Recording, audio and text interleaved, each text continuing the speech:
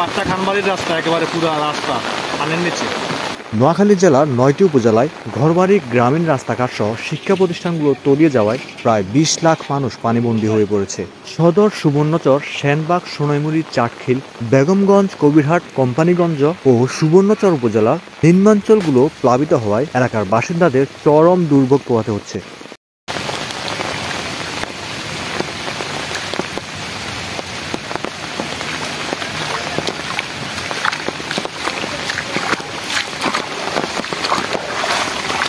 বন্যার কারণে সোনাইমুড়ি উপজেলার প্রায় গ্রামই পানিতে প্লাবিত হয়েছে। সোনাইমুড়ির আলোকপাড়া গ্রামের প্রায় প্রতিটি রাস্তাই প্লাবিত হয়েছে।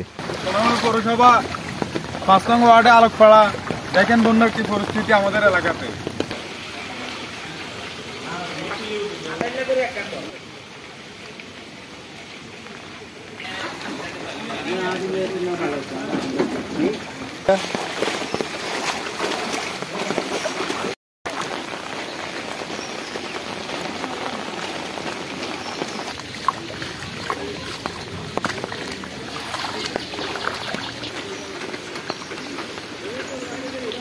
এছাড়া সোনাইমুড়ির বাট্টা গ্রামেরও অনেক পরিবার তাদের ঘরবাড়ি ছেড়ে নিরাপদ আশ্রয় নিয়েছে। এছাড়াও মানুষের পুকুরের মাছের প্রজেক্টগুলো পানিতে ভেসে গেছে।